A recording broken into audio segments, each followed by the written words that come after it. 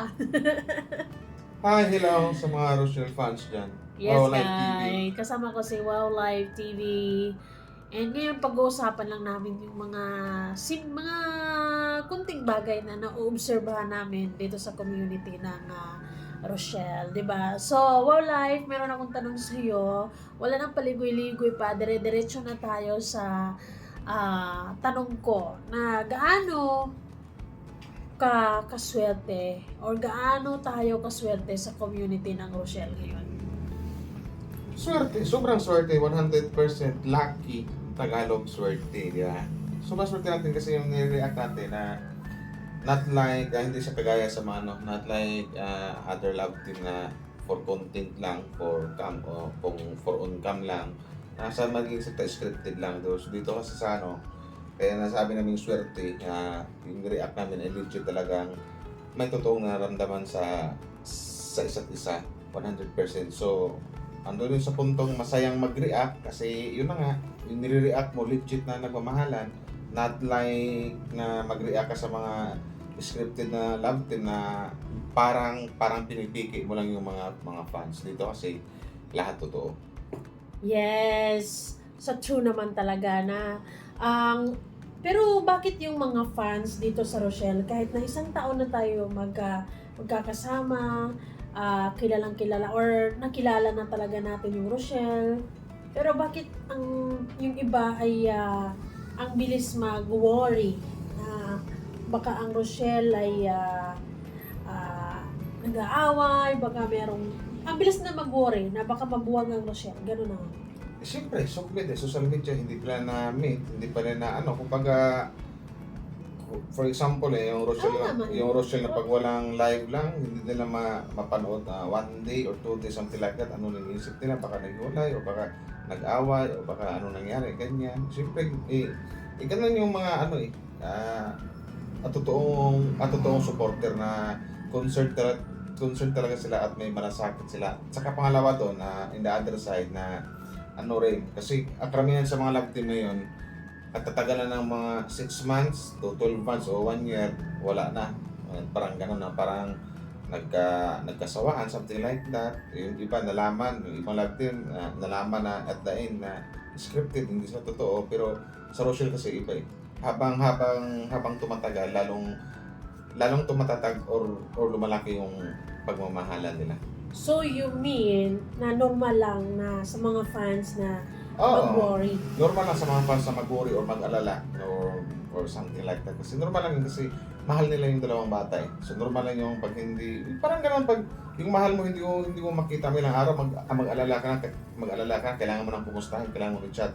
Ganun din namang supporter sa Rochelle Love Team na 2 days lang hindi nila mapanood na nag-live or walang upload, something like that, nag-alala na sila kung ano-ano na yung mga tumatakbo sa isip nila. Pero natural na yun sa mga fans na mag-isip ng ganun. Kasi mahal nga nila.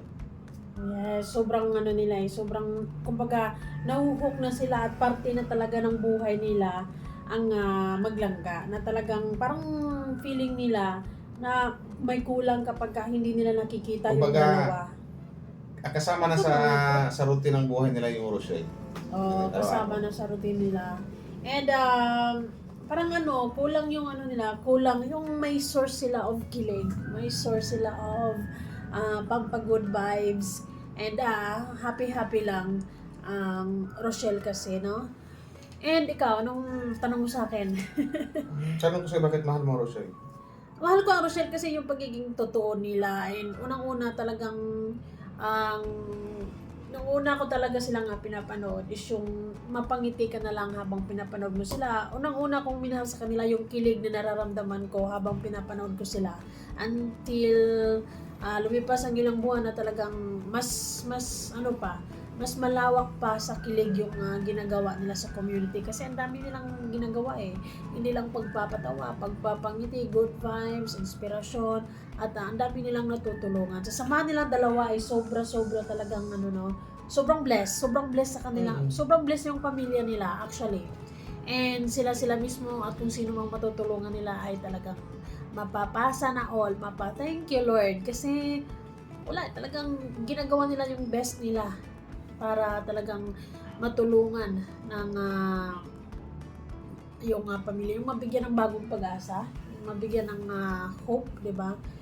So, yun, isa yan sa mga ginagawa. Tsaka ano kasi, kaya marami na yung nakasuporta sa dalawang batang yan, dalawang human being na yun kasi ando na yung ramdam din kasi ng mga fans na ano, kumbaga sa madaling salita, nililingon din nila yung mga taong or yung mga tao or yung mga fans na nagmamahal or nagsuporta sa kanila, hindi nila binabaliwala. Yes, hindi Yung nila iba, baka sabihin nakalimutan. na baka nagsuporta kasi gwapo at maganda, hindi po yun ang pinaka main reason doon. So nagsupport sila kasi nababaitan sila.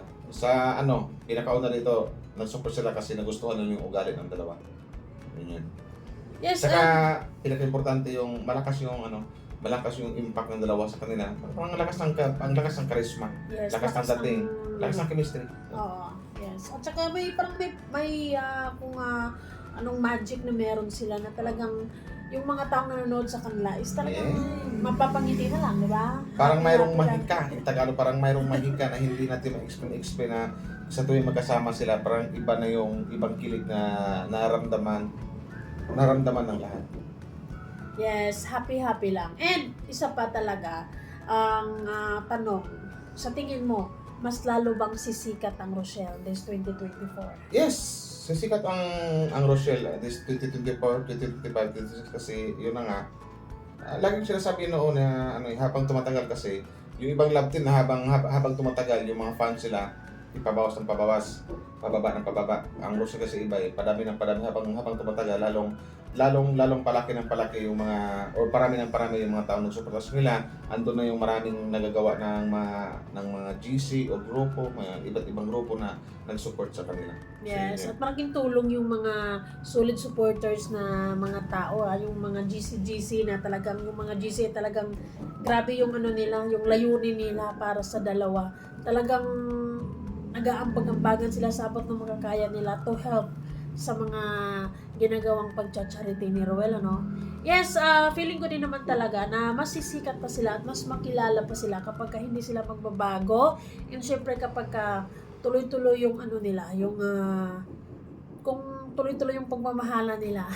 basta importante lang sa lahat, para kay Rowell sa kay Rachel, basta importante yung laging kung ano yung pagmamahal na binigay sa inyo ng mga fans, yun lang din ang iparamdam nyo sa kanila na mahal nyo din sila. And beside that, wala na kayong ibang doon. Well, Mas lalo actually, kayong mamamahalin. ang masasabi Saka ko din, pangalawa, yung tipong yung ibang love team kasi pagsisikat, andun na yung napapansin sila ng iba yung ugali. Yun na sana English pa, always stay your feet on the ground. Tama rin. yes. Stay humble and Stay humble. talagang Basta, yun lang. Huwag magbago sa madaling salita. huwag magbabago. And feeling ko din talaga, pagdating sa pagmamahal nila sa mga fans nila, hindi naman sila nagkulang. Talagang sobrang sobrang professional sila at sobrang nagpapasalamat sila. Sa actually, madaling salita, mga fans nila. sobrang mapagmahal din sila sa mga fans. At sobrang iniingatan din nila yung Oo. pag-handle ng ng mga sponsors nila at yung mga fans nila, no? Kaya Saka lang din, konting payo lang din. Lalo-lalo kailang gari sila, huwag mo napansinin yung mga taong hindi ka gusto ng baba sa'yo. Kasi una, may mga edad na, may mga uba na tanda na, huwag mo napansinin. Hayaan mo na lang siya. Hayaan mo na lang Langga Rachel na karma po ang harap sa kanila. Basta at tuloy-tuloy ka lang sa pangarap mo. Basta andito kami mga ibang being na nagmamahal sa inyo na handang magdi-defend. yes, para less stress and always happy lang. And maganda lang, di ba? Nakakabawas ng wrinkles kapag hindi mo masyadong iniisip yung mga bashers. Kasi kapag nasa sukmid ka, normal lang talagang merong mga bashers. Kasi you can please everybody talaga na mahalin ka, gustuhin ka Ganun talaga may mga ayaw sa'yo And it's normal and it's okay. Ang mahalaga naman, kay Roel and kay Rachel ay yung samahan nila ay imbis na nagbabago, imbis na sana obserbahan ko mas lalo pang tumatak, no? Mas lalo pang nagiging matibay yung samahan nila at nagiging gustong-gusto ko yung yung may mga pag may naiipit sa kanilang dalawa or gustong-gusto ko talaga yung pinagtatanggol ni Roel si Rachel. Ikaw? Oo naman. Natural na at saka nakakatawa kasi sa pakiramdam na na pinaramdam ni Rowell kay Langga, hindi lang kay Langga at kundi sa mga fans din na mahal na mahal na si Langga Rachel kasi yun na, pinagtanggol niya, dinidefend niya, siya yung nagsasalita. So yun yun. Yes, it's important din sa aming mga babae o kay Rachel na yung i-lift up din kami, yung i-cheer up din kami, yung i-build up din kami. At nako naman, si Dodong Rowell talaga naman hindi nagkulang sa part na yun. Lagi-laging nakaalalay, nakasuporta, at hindi, ayun, never nang pinabayaan si Rachel when it comes to emotional Emotional issues. damage. Nang dahil sa mga bashers, lagi siyang andyan, laging handang, andito lang ako Langga, parang gano'n. Yes. No? Ikaw, anong tanong mo sa akin bilang huling tanong? Hanggang kailan mo ako mamahalin? Ay nako, hindi, ganyan, yung sa, ano. okay, sa Rochelle Abte. Oo. Ang tanong ko lang sa'yo, seryosong tanong. Sa pakiramdam mo ba, talagang sila na hanggang wagas? Yes. Sana Lord. 'Di ba? Kasi I also believe na changes is the only constant in this world. Na sana yung mga pagbabago na yun, yung mga pagsubok, yung mga issues na yun ay instead na mabuwag sila ay yun yung magiging ano nila, yung parang magiging mas matitib, parang magiging para titiba yung ano nila, yung samahan nila, 'di ba? Kasi yung iba habang habang umaharap sa mga problema or mga issues ay nabubuwag sila or apektado sila. So sana sa Rochelle, dahil ito na talaga, nasa sukmid na, ay kahit anong problema, anong issues, di ba? Silang dalawa mismo ay dapat matibay lang, strong lang, and yes, yung respeto, yung yung pagiging understanding nila sa isa't isa, yung tiwala is a must para magiging matibay lagi ang community ng Kalingap Rochelle. Yes. Sa tingin mo, ano bang ginagawa ni Rowell and Rochelle para mas magiging solid ang community nito? Actually, ginagawa ko isa lang. Talagang ano lang, isa or dalawa pa yung ginagawa nila. Para sa akin, opinion ko lang ha. Parang ano lang, pinaramdam na nila sa ating lahat na pinaramdam ni Rowell kay Rachel, pinaramdam din ni Rachel kay Rowell, or pinaramdam ng dalawa sa ating lahat kaya nagiging solid yung community dahil nga itotoo yung naramdaman nila sa isa't isa. Mahal nila ang isa't isa. Mahal ni Rowell si Rachel mahal ni si Rowell. Doon pa lang wala nang hindi na kailangan ng mahabang sagot kasi doon pa lang magiging solido na yung samahan or yung mga taong nagmamahal sa Rochelle Abte. Yes. Kasi yun kasi ang pinaka-importante sa lahat yung sinabing pagmamahalan nila ng dalawa, diyan po nagiging solid yung yun yung pinakamalaking pundasyon ng samahan. Kumbaga sa isang grupo, napapaikutan ng pagmamahal yung grupo na hindi kayang tibagin na kahit sinong bashers ang maaaring pumasok kasi yun na wala na magawa kasi matatag nagmamahalan yung dalawa, wala nang problema. Yes. Solid na. Sana all. Ganun lang. Bye.